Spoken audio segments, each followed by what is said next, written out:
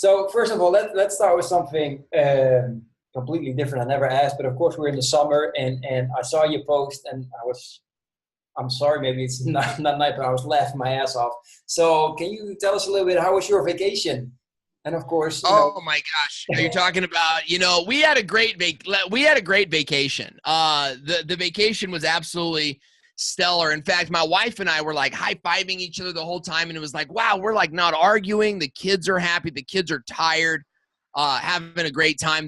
We did a new thing this trip. We did pickup patrol every night at Grandpa's house. So normally we don't help clean up until like the last day, but I was like, you know what? We're not going to do that. We're going to clean up Grandpa's basement every single day. And we did that, and the kids didn't mind. They were good at it. So we're driving home, and it's hot, man. It's like 106 degrees driving through Vegas. And so even the air conditioning it's a whisper. It's like if you stand just right, you can feel it because it's so hot. Like in between the time it comes out of the vent, the air heats it up, and before it even gets to your face. So it is hot, and we've got 4 kids in the desert, and we're just driving through, and we're like, we are gonna get home today by 2 p.m. So we spent 10 days hiking. Kids are tired. They're watching DVDs in the back, and all of a sudden, boom, boom, boom, boom, boom, boom.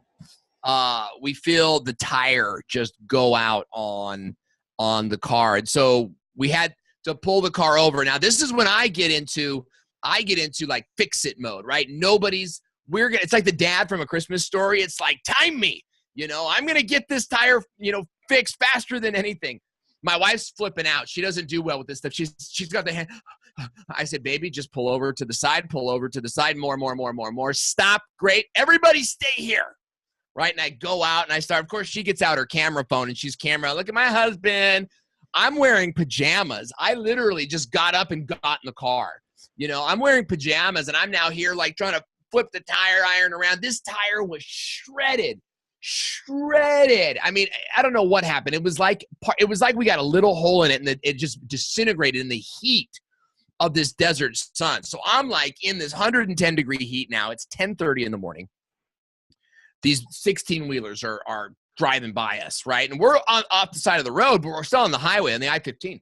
So like every time I'm sitting there with this 2-ton, 3-ton van, like right up on me, and I'm getting the tire out. Every time a truck drives by, the car shakes, and it just wiggles, and I'm sure it's perfectly fine. But when you're this close to it, and you're underneath that car and you're looking at this car, kind of, let me tell you, man, it was, I saw my life pass in front of my eyes. So I'm flipping out this tire, and I get this tire switched up. I got the old tire. We had to empty the whole car, all of our bags, everything. The kids are in the car, and I go, okay, kids, don't move a muscle, because dad's underneath that car, So this thing's jacked up. The kids are in the car like this, and they're just pouring sweat. They're in pajamas. No DVD player is on. I switched the thing out about 25 minutes, and we're on the road again. And it's just like, we did it. And I had like dirt tire like all over my face. And then my wife goes, where's the next exit?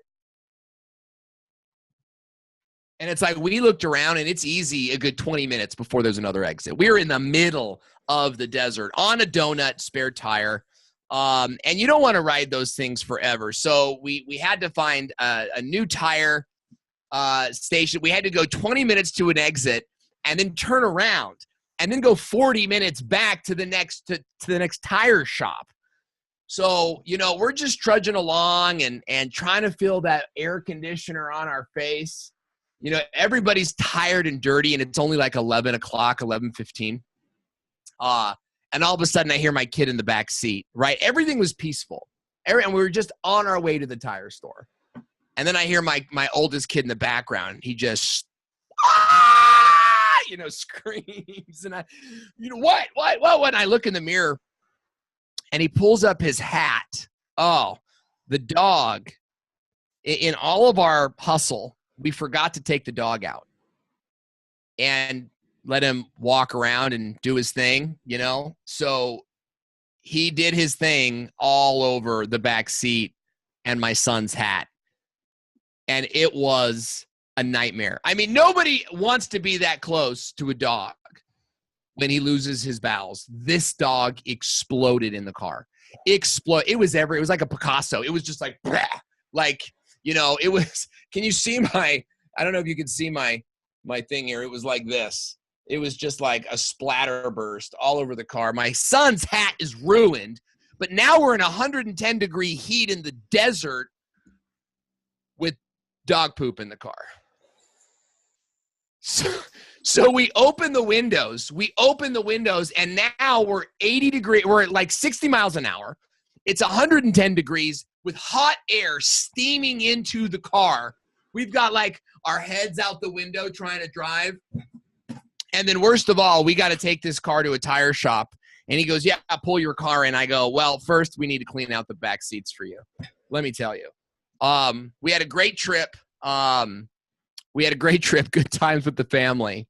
But that way home, that ride coming home was quite a show. I bet. But great story to tell. Hopefully somebody's in the back probably throwing up, you know what I mean? But I hope it's a good story. Oh yeah. I'm sorry, but yeah, it's I hope for you now it's as well. Supposed to be funny. It's supposed to be funny. There's other dads that have those similar stories that come home with like, our trip was a nightmare. First, we're going through the desert and then the tire goes out and then there's no exits and then the dog, and it's like, for us, like, you can't live your life that way, right? Some of those things are going to happen. I get you. But, I think a lot about it. Listen to comedians a lot. And, and they all have these tragic stories. It's always like, oh my gosh, let me tell you this time this horrible thing happened to me.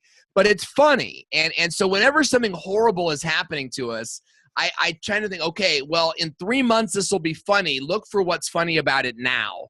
And that helps to keep it light. Plus, your kids are going to remember how you reacted. Your kids are going to remember that time where the tire popped and the dog exploded. And they're going to remember that as like, don't ever make dad mad. Or they're going to remember it as that funny time coming home from family vacation. And that's the memory, right, that we're trying to create. And that's part of like our goal management is one of the things I want to talk about today is having a vision for your family and knowing how you're going to handle things, because your kids will handle things the way you handle things. Yeah, that's really well said. I like that. That's awesome. And